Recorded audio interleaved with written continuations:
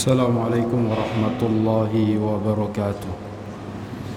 إن الحمد لله نحمده ونستعينه ونستغفره ونعوذ بالله من شرور أنفسنا ومن سيئات أعمالنا.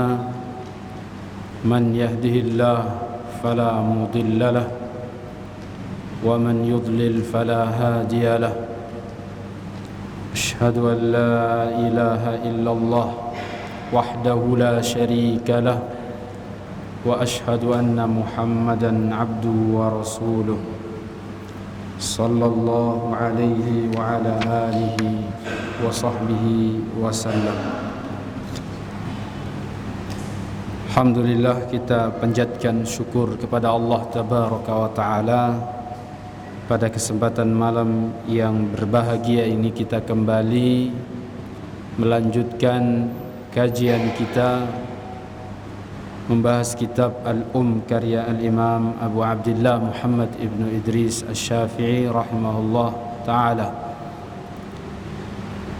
Teman-teman sahabat sunnah yang dimuliakan Allah, pada kesempatan kali ini kita akan membahas, masih dalam pembahasan tentang solat. Sebelumnya kita membahas tentang bagaimana bentuk dan model pakaian yang digunakan oleh seorang yang solat. Lalu masih dalam kaitannya dengan pembahasan kita sebelumnya, masih berkaitan dengan pakaian. Selanjutnya atau bab yang akan kita bahas pada malam hari ini adalah bab as-salatu fil qamis al-wahid. Bab tentang salat atau hukum salat orang yang menggunakan satu kemeja.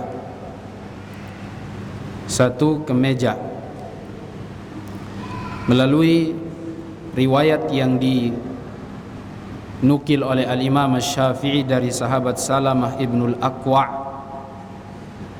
beliau mengatakan, qultu ya Rasulullah inna nakuna fi saydi. Wahai Rasul, kami ini biasanya berburu.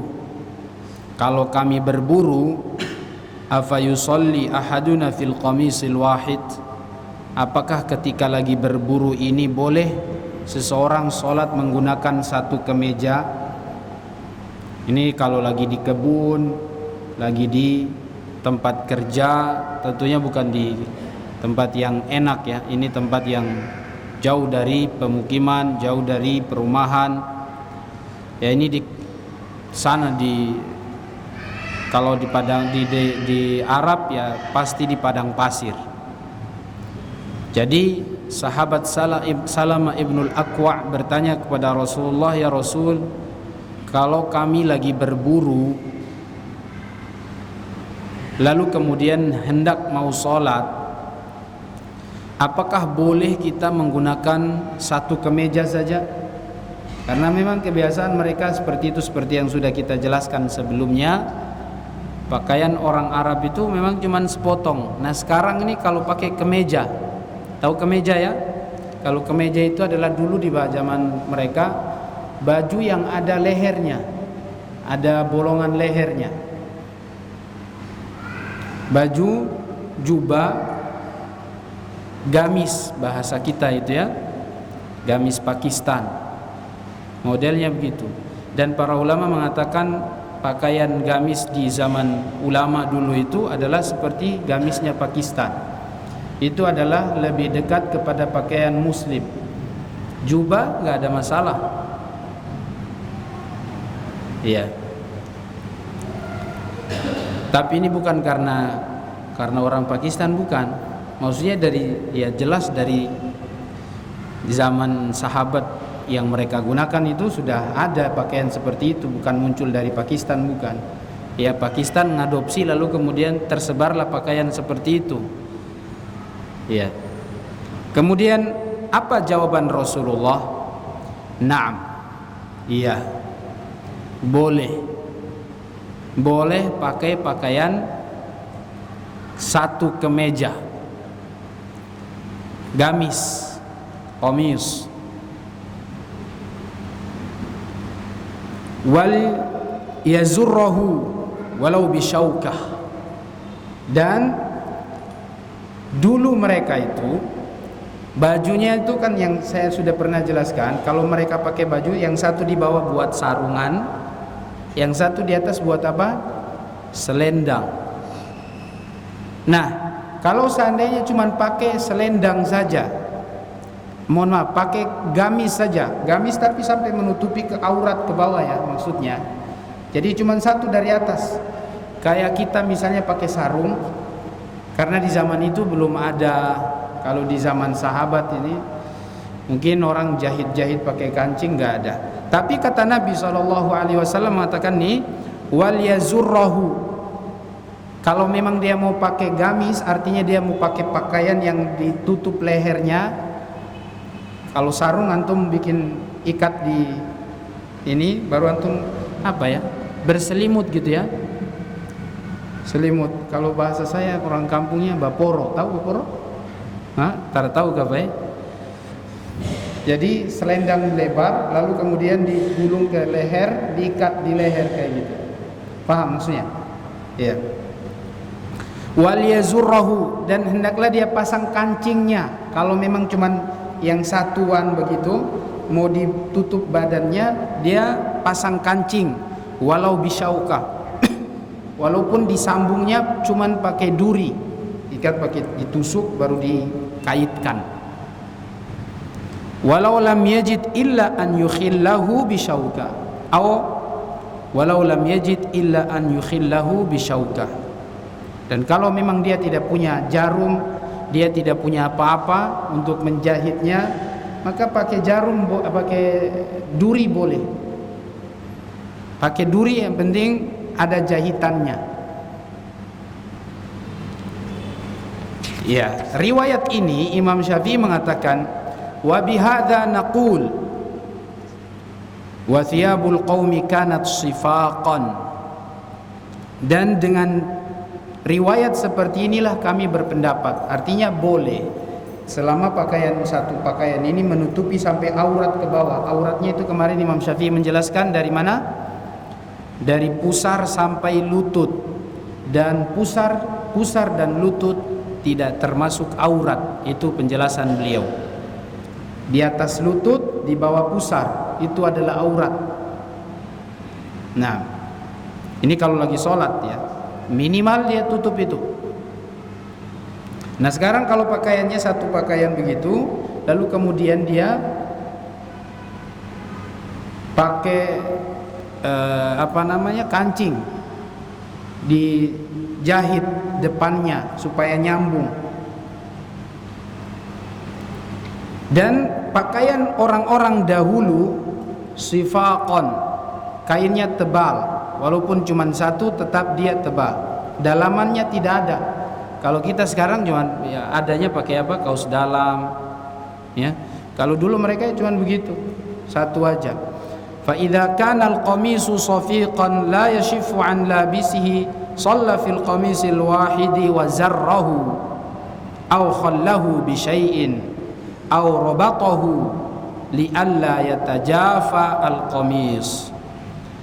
Dan kalau seandainya gamisnya itu tebal, tidak tipis, tidak transparan, tidak terlihat tubuh orang yang menggunakannya, shalla fil qamisil wahid, dia boleh sholat dengan satu gamis.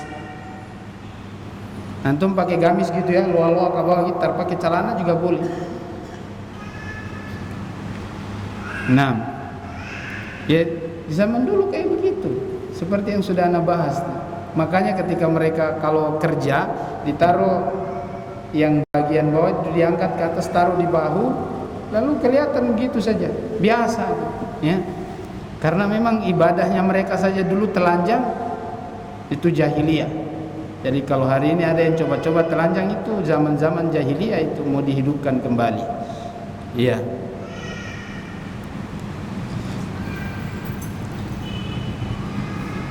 Wazarrohu, walaupun pakaiannya cuma satu helai kayak gitu, tapi dijahit, au khallahu bi syai'in, atau ditutup pakai sesuatu lah, au rabatahu, atau diikat, mau dijahit, diikat, yang penting tertutup, li alla yatajafa al-qamis, agar gamis tersebut tidak ada yang bolong, tidak ada yang terlihat.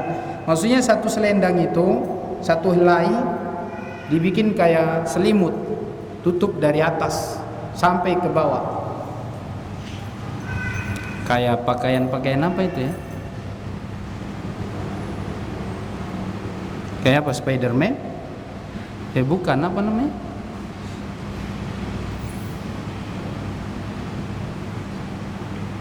Biasanya kalau orang yang mau membunuh seseorang dengan sembunyi-sembunyi, dia biasa mungkin menutup kayak di film-film ini tuh, dia tutup pakai apa? Nggak tahu apa namanya itu. Kalau antum tahu pakaiannya orang-orang Maroko, tahu? Namanya burnus. Nggak tahu ya? Ya sudah, kalau nggak tahu nggak apa-apa.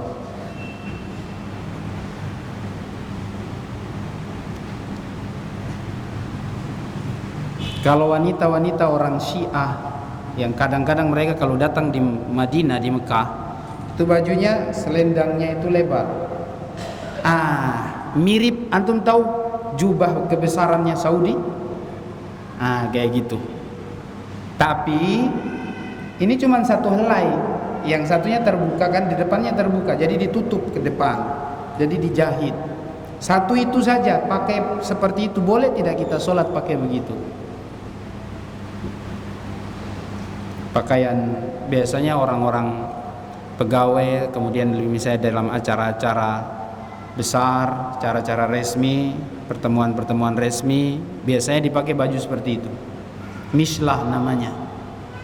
Nama bajunya apa? Mislah.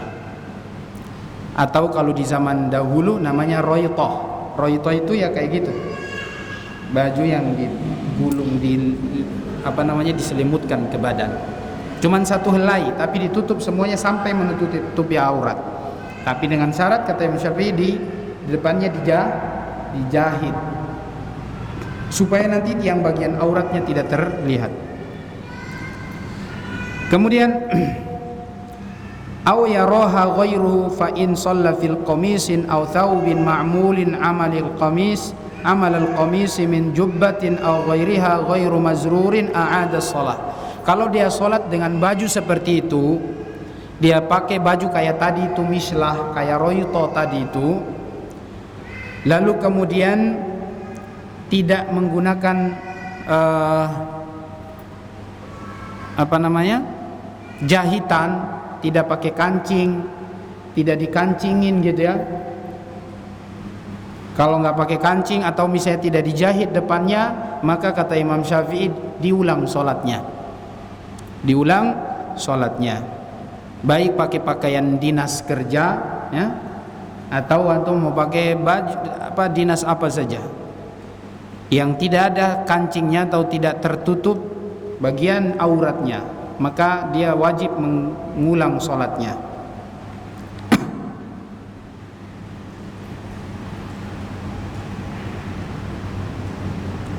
Kemudian Imam Syafi'i melanjutkan, fa in shalla ar-rajulu fi qamisin ghairi mazrurin wa fawqahu imamah aw ridaun aw izarun yadhummu mawdi'al jaybi hatta yamna'uhu min an yankashif aw ma dunahu ila al-'awrati hatta ilaw kashafa lam tura 'auratuhu ajza'athu salatuhu. Kalau seseorang salat menggunakan satu gamis tanpa tidak ada kancingnya, tidak dijahit, wa fawqahu imamah, tapi ditutup dengan imamah. Ditutup dengan apa? Imamah. Apa itu imamah? Surban. Jadi misalnya di depannya ini tidak tertutup tapi tidak terkancing, tidak dikancing tapi ditutup dengan imamah. Au rida atau selendang, au izarun yadhummu mawdi'al jayb, atau sarung yang dia tutupkan di bagian yang bolong ini, yang terbuka ini, sampai tidak terlihat agar auratnya tidak tersingkap. hatta law kasyafa lam tura auratu ajzatu salatu. Dan kalaupun misalnya dia terbuka tapi sudah tertutup dengan selendang tadi atau gamis surban tadi, maka salatnya sah. Wa kadzalika in shalla haziman fawqa auratihi bihablin aw khaytin. Demikian juga kalau seandainya dia sholat lalu kemudian dia ikat dengan tali atau dengan benang, pakaiannya yang itu diikat di bagian yang terbuka itu diikat. Lianna dzalika yadhummu al-qamis hatta yamna'u auratal jayb. Karena dengan menggunakan tali atau benang tersebut bisa menyambung kemeja yang tadi itu yang terbuka menjadi utuh, bisa tertutup penuh. Hatta yamna'u auratal jayb. Wa in kana al-qamisu mazruran wa dunal jayb, dan apabila sebuah kemeja mazruran dikancingin wa dunal jayb aw hidaahu syiqqun lahu aurah ka auratil jayb lam tujzi salatu fihi illa kama tujzihi fil jayb. Kalau seandainya di bagian komisnya ada yang dikancingin dan dunal jayib di bawah yang bolong, ya, di bawahnya ada yang bolong, di bawah yang dikancingin itu ada yang bolong, atau mungkin yang sejajar dengannya terbuka auratnya misalnya, maka sholatnya tidak sah walaupun sudah dikancingin atau sudah diikat.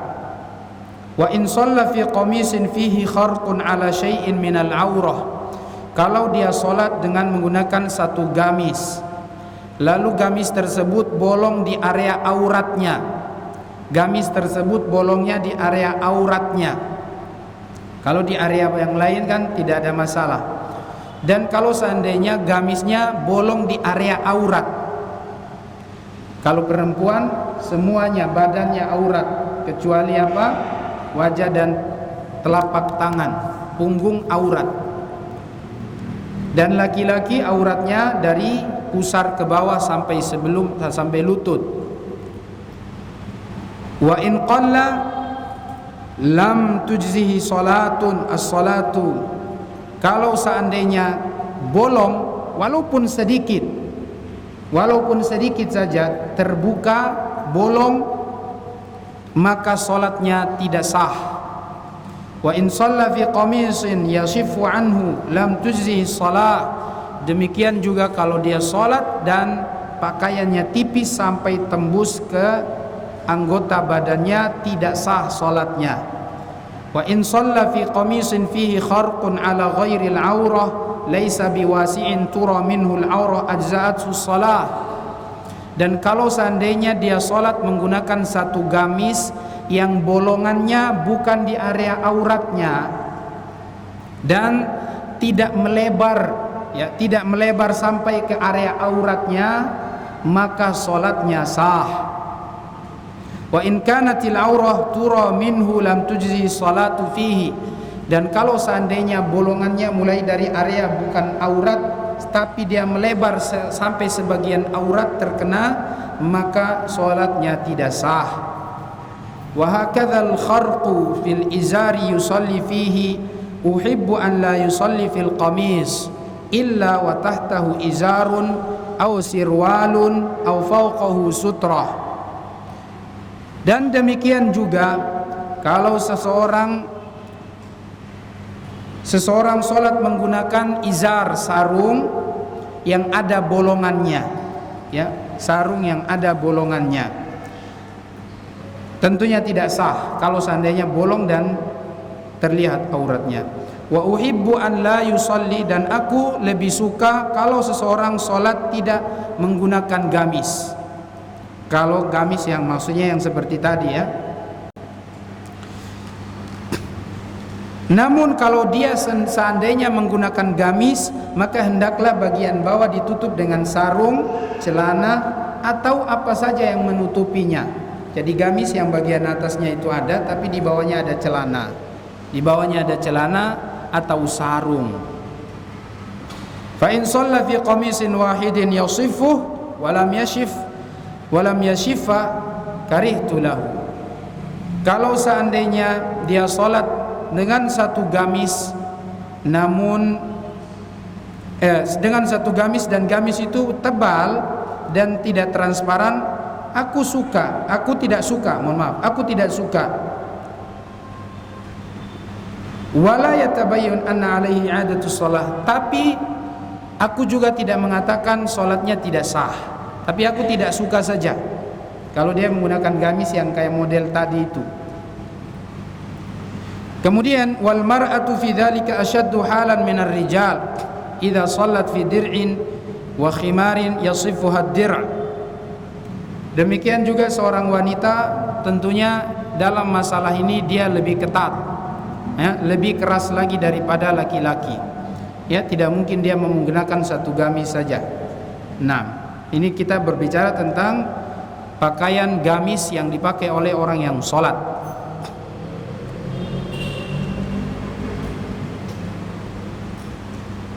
Dan kata Imam Syafi'i, wa habbu ilayya an la tusalli illa fi jilbab. Dan aku lebih suka seorang wanita tidak sholat kecuali menggunakan jilbab. Fauqa dzalika, yang dimana di atasnya ditutus dengan jilbab yang besar. Jilbab itu adalah pakaian yang menutupi bagian dari kepala sampai bagian dada ke bawah. Li alla yasifu hadir, agar pakaian yang tadi kalau seandainya dia pakai gamis bisa tertutup dengan jilbabnya. Kemudian bab selanjutnya, bab ma yusalla alaihi mimma yulbas wa yubsat. Bab tentang orang yang sholat menggunakan pakaian apa saja, dan kalau seandainya dia sholat di atas sesuatu boleh tidak, misalnya pakai sejadah atau apa saja, dan dia menggunakan pakaian yang model apa, bahannya apa. Ya, kalau sebelumnya kita bahas tentang bentuknya, sekarang bahan pakaiannya. Kata Imam Syafi'i, shalla Rasulullah fi namiratin, Nabi pernah sholat menggunakan namirah. Wan namirah sufun, namirah itu adalah kain wol. Fala ba'sa an yusalli fi suf, maka tidak mengapa, kata Imam Syafi'i, tidak mengapa salat menggunakan pakaian berbahan wol. Wasya'ar, demikian juga rambut. Wol itu dari kulit, ya. Wasya'ar, demikian juga rambut hewan maksudnya, ya, rambut hewan. Wal wabar, bulunya burung. Wal wabar, bulunya burung. Wa yusalla alaihi, dan demikian juga bisa dipakai untuk alas ketika sholat, dipakai buat alas ketika sholat, semacam sejadah. Semacam apa? Sejadah, boleh dipakai alas. Jadi kainnya berbahan apa? Satu wol, dua berbahan rambutnya rambut hewan, ya. Kemudian apalagi? Wabar, bulu burung, bulunya burung. Artinya dia pakaiannya bahannya begitu, kayak bulu-bulu gitu. Antum tahu kayak orang Turki itu pakaiannya itu kalau pakaian dinginnya kain dari kulit domba, kayak gitu. Ya, biasanya di daerah-daerah tropis, di daerah-daerah yang dingin, itu pakai pakaian seperti itu, tebal-tebal. Gak ada masalah pakai pakaian yang begitu, bahannya rambut-rambut gitu dan bulu-bulu burung. Nah, Imam Syafi'i mengatakan waqala Rasulullah, demikian juga. Dan kenapa dibolehkan menggunakan pakaian berbahan tadi wol itu dari kulit apa kalau wol kita, pakaian wol itu bahannya wol itu kain dari benang, ya, benang wol gitu, ya, benang wol. Gak tahu bahannya apa. yang jelas kita sudah biasa pakai gitu ya, benang wol itu dari bahannya itu, atau sya'ar, rambut hewan, kambing kah ya, atau hewan-hewan yang lain. Nah, kita bicara tentang hewan ini nanti, apakah semua kulit hewan, rambut hewan semua boleh? Rambutnya hewan atau kulitnya hewan? Ya biasanya pakaian yang berbahan rambut hewan atau kulit hewan itu ya sekalian kulit-kulitnya kalau di zaman itu, di zaman para ulama dan di zaman Rasulullah. Jadi dari kulitnya itu masih ada rambut-rambutnya. Ya. Kemudian wabar, kulit burung yang masih ada rambut-rambutnya atau cuman rambut-rambutnya saja. Apakah semua hewan yang disebutkan ini masuk? Mau hewan yang halal dimakan kah atau hewan yang tidak halal dimakan, boleh tidak kita pakai pakaian buat dari bahan-bahan ini? Ya. Maka kata Imam Syafi'i, beliau ingin menjelaskan kepada kita tentang hukum menggunakan rambut-rambut hewan ini yang sekaligus dengan kulit-kulitnya. Kata beliau, ayyuma ihabin dubigha faqad tahur. Segala sesuatu kulit yang sudah disamak, ayyuma ihabin, segala sesuatu yang sudah disamak, maka dia telah suci. Proses samak itu adalah, mungkin orang yang tukang kulit dia tahu bagaimana proses samak. Proses samak itu adalah kulitnya itu direbus, lalu kemudian dikasih garam. Ada yang pakai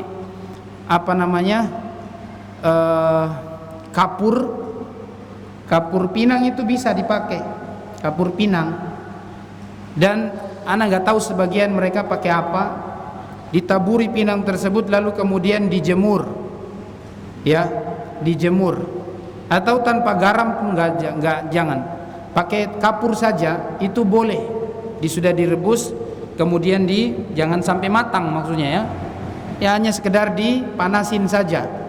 Dipanasin sedikit lalu kemudian setelah itu dikeringin, ditaburin kapur tadi, kapur pinang. Lalu kemudian dikeringin, dijemur.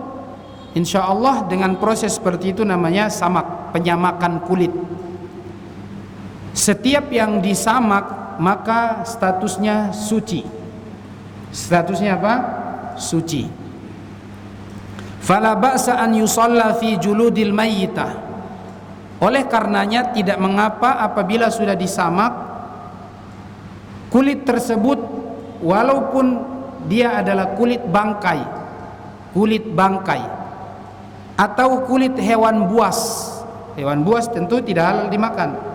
Kata Imam Syafi'i boleh dipakai untuk sholat. Kulit bangkai, ya, kambing yang sudah jadi bangkai, sapi bangkai, onta bangkai. Bangkai itu maksudnya apa? Dia mati tidak disembelih dengan cara yang syar'i, tidak dibacain bismillah, ya, atau tiba-tiba antum sudah lihat bangkai, nah itu bangkai. Ini najis. Hukum bangkai itu najis. Hukum bangkai najis. Demikian juga as-siba, hewan buas. Hewan buas ini juga najis. Atau kulit hewan buas yang bangkai, ya, hewan buas jadi sudah jadi bangkai. Ular kah? Singa kah?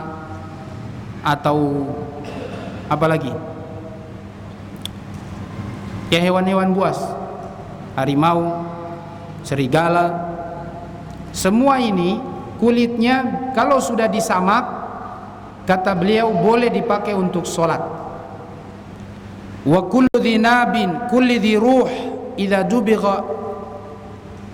Dan setiap hewan yang memiliki ruh, setiap hewan yang memiliki ruh, semuanya itu boleh kalau sudah disamak. apapun hewannya, illal kalb wal khinzir, kecuali anjing dan babi. Ya, Imam Syafi'i memang luar biasa. Untuk anjing dan babi itu mati-matian, tidak boleh dipakai sekalipun, sama sekali tidak boleh. Wa yusalla fi jildi kulli dzakiyyin. Ini kalau hewan-hewan yang tadi ini kan biasanya yang siapa juga yang mau nyembelih harimau gitu ya, pastilah harimau dia mati, bisa matinya bangkai ya. Siapa juga yang mau nyembelih ular, antum mau pakai bismillah juga tetap haram.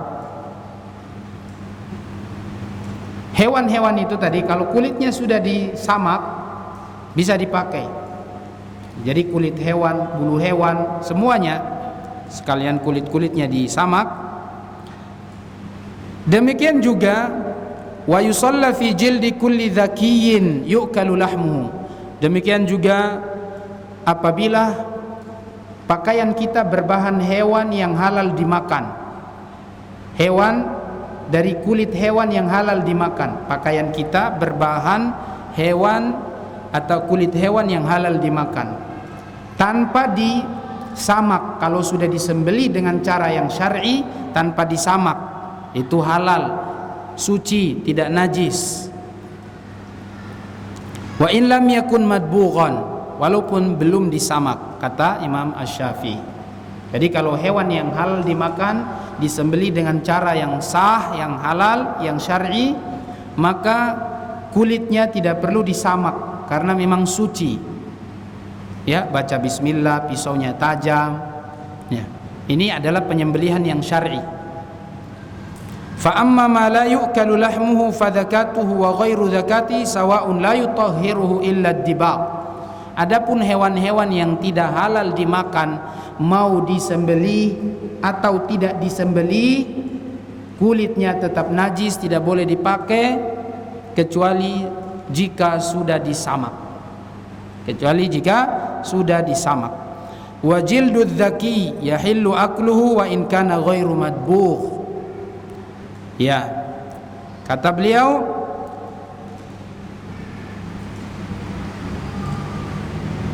demikian juga pakai kulit hewan yang tidak boleh dipakai untuk sholat adalah hewan yang halal dimakan. Mohon maaf. Nah, hewan yang halal dimakan, wajil dzaki yahillu akluhu wa in kana ghairu madbugh.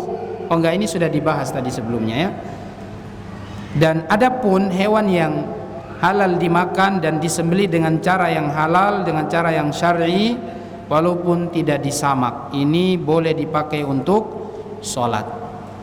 Nah, boleh dipakai untuk sholat. Adapun hewan yang tidak halal dimakan tidak boleh dipakai untuk sholat kecuali setelah disamak. Tidak boleh dipakai kulitnya ya, atau bulu-bulunya.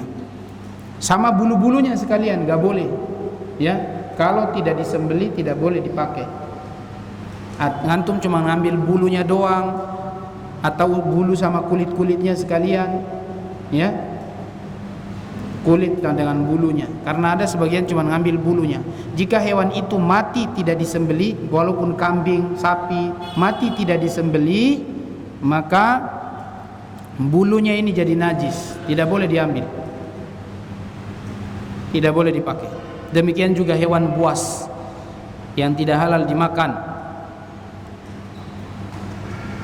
ini tidak boleh dipakai bulunya, kulitnya, kecuali setelah disamak, yaitu dimasak, dipanasin, kemudian ditaburi kapur, lalu kemudian dijemur, disamak. Biasanya orang bikin tifa itu disamak, itu proses samak. Dicukur, ada sebagian kalau yang tidak dibutuhkan rambut-rambutnya dicukur rambutnya, kemudian cuman kulitnya tok, itu ditaburi kapur lalu dijemur, namanya penyamakan, itu seperti itu. Nah,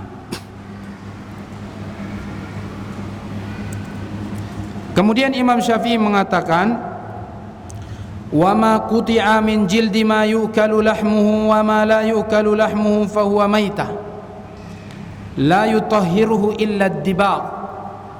Dan Apa-apa yang dipotong dari hewan yang masih hidup, ya, telinganya dipotong, ya, kakinya dipotong. Seandainya salah satu atau sedikit dari bagian hewan itu dipotong, lalu diambil kulitnya, maka ini najis, tidak boleh dipakai. Baik hewan yang halal dimakan maupun yang tidak halal dimakan, apalagi yang tidak halal dimakan. Tidak boleh dipakai kecuali sudah disamak. Jadi ini sudah najis. Boleh dipakai apabila setelah disamak. Paham ya? Nah, wa anha ar-rijal an thiyabil harir faman shalla fiha minhum lam yu'id li'annaha laysat binajis wa innama ta'abbadu bitarki lubsiha la annaha najisah. Sekarang pembahasan Imam Syafi'i pindah pembahasan pakaian sutra. Apa hukumnya laki-laki menggunakan pakaian sutra? Sutra itu dari apa namanya? Ulat sutra ya. Murni sutra, yang terlarang itu adalah bahannya dari ulat sutra, asli sutra. Bukan namanya kain sutra ya. Sarung tulis kain sutra. Kalau dia bukan bahannya sutra, ulat sutra, maka tidak mengapa dipakai. Cuman namanya doang, mereknya doang. Atau nggak tahu itu yang sekarang dijual-jual itu sutra asli atau tidak. Ya, kalau memang asli, yang itu tidak boleh dipakai. Kata Imam Syafi'i, dan aku melarang para lelaki menggunakan sutra, pakaian sutra.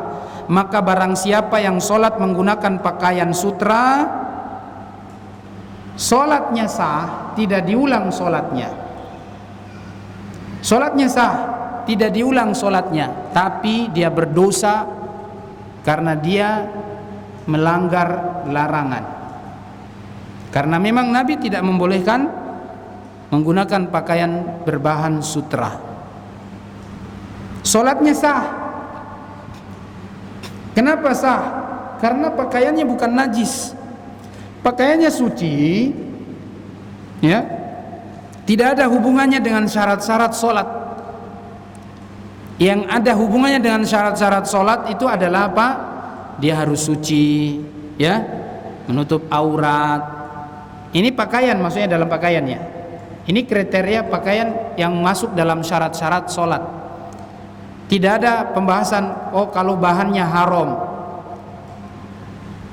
Ya, kalau bahannya haram, misalnya orang beli baju pakai uang riba, ya, atau orang beli baju karena konser musik dapat duit banyak beli baju, ya, dibayar dari uang musik nyanyi-nyanyi, pekerjaannya adalah penyanyi, maka uangnya itu adalah haram. Uangnya apa? Haram.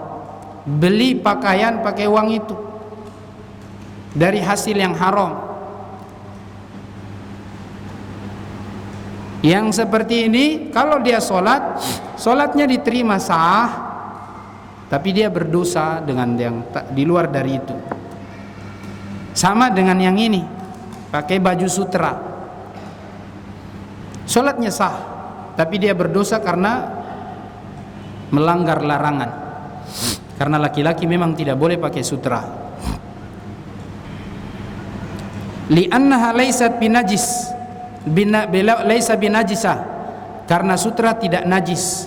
Wa inna ma ta'abbadu bitarki lubsiha la annaha najisah. Karena sutra itu ditinggalkan bukan karena dia najis, tapi ditinggalkan karena dia terlarang. Terlarang saja. Lianna athmanaha halalun. Lianna athmanaha halalun. Wa innan nisa yalbasnaha wa yusallina fiha. Ya. Dan orang perjualbelikan sutra dia halal, tapi bukan untuk laki-laki ya, bukan untuk laki-laki, tapi untuk perempuan. Dan sutra itu dibolehkan untuk laki-laki untuk pengobatan. Jika untuk pengobatan boleh, pengobatan kulit. Kalau kulit bermasalah, kulit gatal-gatal, pakai itu, insya Allah sembuh. Ya, jadi kalau ada orang yang penyakit kulit gatal-gatal, tinggal pakai baju itu saja selama sakit itu. Setelah sembuh, lepas. Ya, tapi mahal katanya, wallahu alam. Kalau ada yang asli boleh dipakai untuk pengobatan penyakit kulit. Setelah itu tidak boleh. Tapi kalau perempuan pakai selamanya. Dan kata Imam Syafi'i, wa innan nisa yalbasnaha wa yusallina fiha. Dan para wanita mereka menggunakan pakaian sutra, boleh, dan mereka solat sah, solatnya mereka sah. Wa kadzalika anhahum an lubsi dzahab khawatim wa ghair khawatim wa ghairu khawatim. Demikian juga aku melarang para laki-laki menggunakan emas, mau cincin atau bukan cincin, apalagi pakai kalung. Ya, laki-laki pakai cincin, laki-laki pakai kalung, ada lagi yang pakai gelang kaki, naudzubillah. Aku melarang laki-laki menggunakan emas. Walau labisu fasallu fihi kanu musiina bil lubsi asina in kanu alimu bin nahi walam yakun alaihim i'adatu salatin.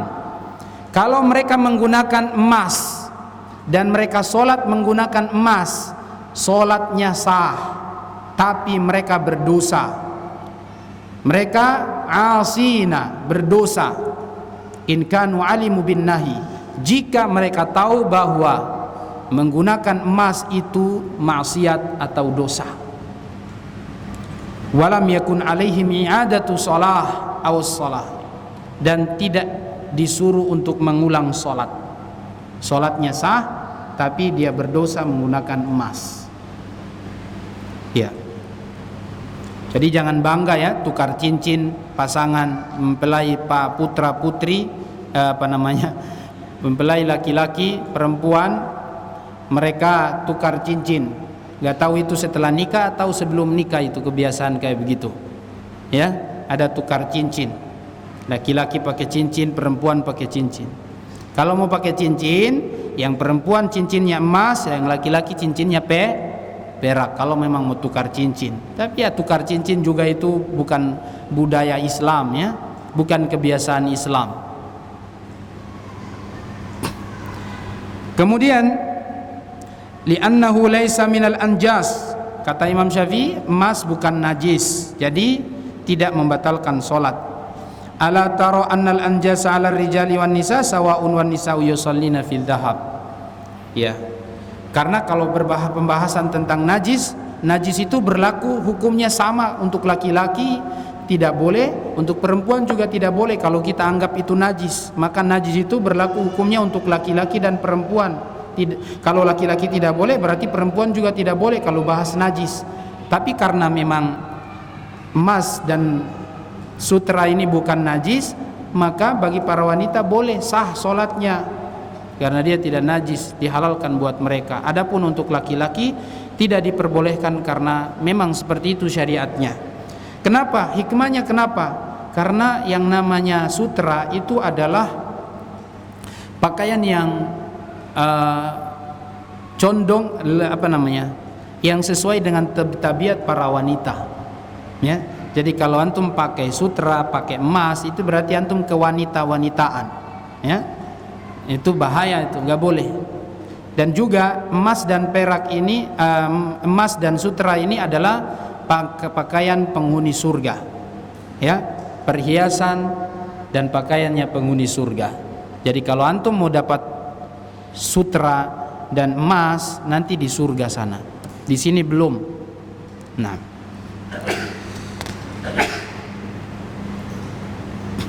Kemudian bab selanjutnya Imam Syafi'i membahas tentang solat hukum orang yang telanjang. Hukum orang yang solat dalam keadaan telanjang. Boleh tidak telanjang? Hah? Mungkin cuma pakai celana dalam, Mohon maaf ya. Ini pembahasannya kata beliau bab salatil urat. Bab salat orang yang telanjang. Imam Syafi'i bahas kayak gini. Ya. Ini ilmu. Kalau memang tidak ada pakaian sama sekali, Ustaz, bagaimana Ustaz? Mungkin kebakaran atau mungkin mereka di laut tenggelam. Hah? Perjalanan safar lalu tenggelam di laut sana, terdampar di mana, di sebuah daratan tidak ada daun-daunnya sama sekali. Ya, kalau antum terdamparnya di Saudi nggak ada pohon di sana, cuman batu-batu semua di sana. Antum mau tutup badan antum pakai apa? Ya, jadi kemungkinan itu bisa aja terjadi. Tapi bukan di planet sana ya, enggak ya. Masih di bumi ini, masih di dunia. Kalau kita misalnya di laut terdampar tenggelam lalu terdampar di sebuah daratan dan ada daun-daunnya, bisa pakai daun, tutup pakai daun. Tapi kalau tidak ada daun, ya sudah, salat telanjang. Nih Imam Syafi'i bicara nih. Wa idza ghariqal qaumu fa kharaju uratan kulluhum. Apabila sebuah kaum tenggelam. Ya, Imam Syafi'i bahas tentang orang yang tenggelam di lautan. Lalu kemudian mereka keluar dalam keadaan telanjang semuanya. Au sulibu fi tariqi thiyabahum fi tariqin thiyabahum, atau mereka dirampok tengah jalan, dirampok semuanya, tidak punya pakaian sama sekali. Ngeri ya. Sampai suruh telanjang. Au ihtaraqat fi, atau mereka kebakaran. Falam yajid ahadun minhum thawban wa hum rijalun wa nisa. Dan mereka tidak punya pakaian sama sekali, padahal mereka ada laki-laki, ada perempuan, telanjang semua. Wah, gawat ini ya. Sallau furada wa jamaah. Mereka salat menyendiri secara berjamaah. Maksudnya menyendiri berjamaah, maksudnya menyendiri, perempuan sendiri, laki-laki sendiri, tapi berjamaah. Perempuan berjamaah, laki-laki juga berjamaah. Jangan gabung, gawat ya. Kemudian qiyaman yarka'una wa yasjudun, rijalan wahdahum, laki-laki sendiri, perempuan sendiri. Qiyaman yarka'una wa yasjudun, mereka ruku dan sujud. Wa yaqumu imamuhum wasatuhum wa yaghuddu ba'duhum an ba'd. Imamnya ditaruh di tengah, yang laki-lakinya yang sebagiannya di luar mengelilingi imamnya di tengah. Ya. Wa tanahhan nisa'u fastatarna in wajadna sitran anhum fasallaina jama'atan ammathunna ihdahunna wa taqumu wasatuhunna wa ya'uddu ba'duhunna an ba'd.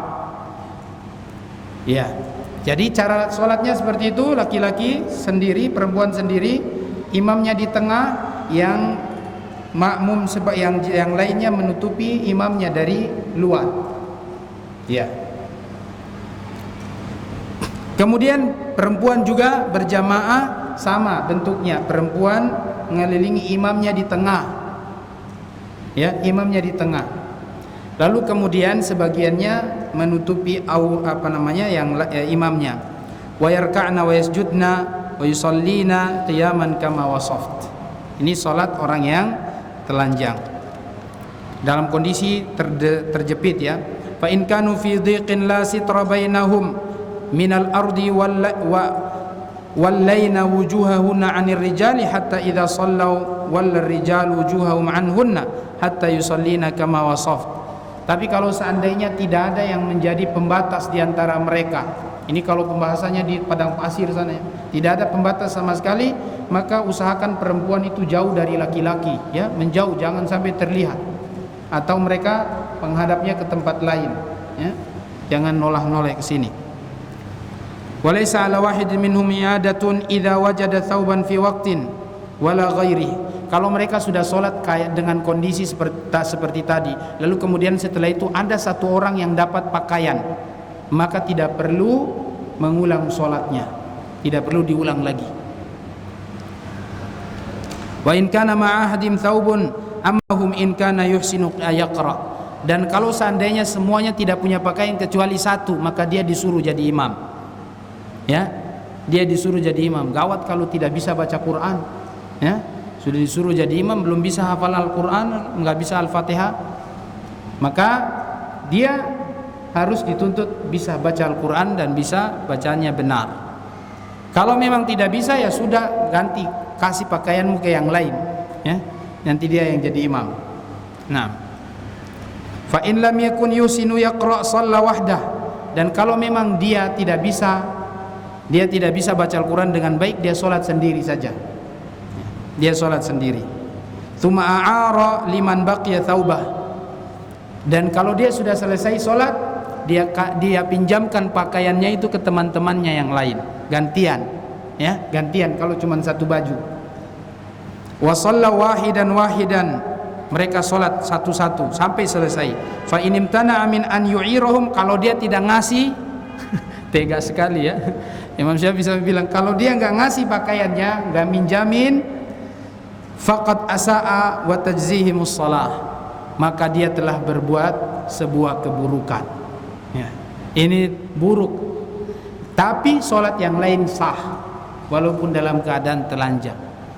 Ya, tidak ada pakaian sama sekali. 6. Walaysa lahu mukabaratuhu alaihi. Namun kalau seandainya dia nggak minjamin bajunya tadi, antum nggak boleh sombong ke dia.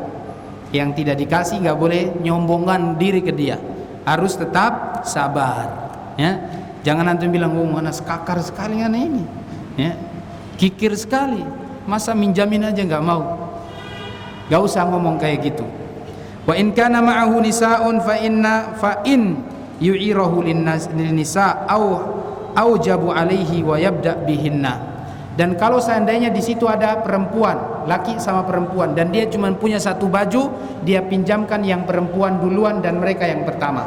Mereka sholat duluan, baru setelah itu yang laki-laki. Walaupun cuma satu potong pakaian yang memang untuk laki-laki, pakai buat wanita boleh. Fa idza faragna a'arar rijal, kalau mereka sudah selesai, baru dia pinjamkan untuk laki-laki. Ya.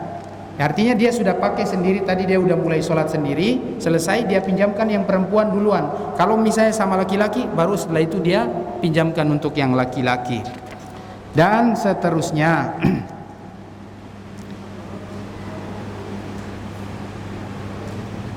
Ya, mungkin sampai di sini pembahasan tentang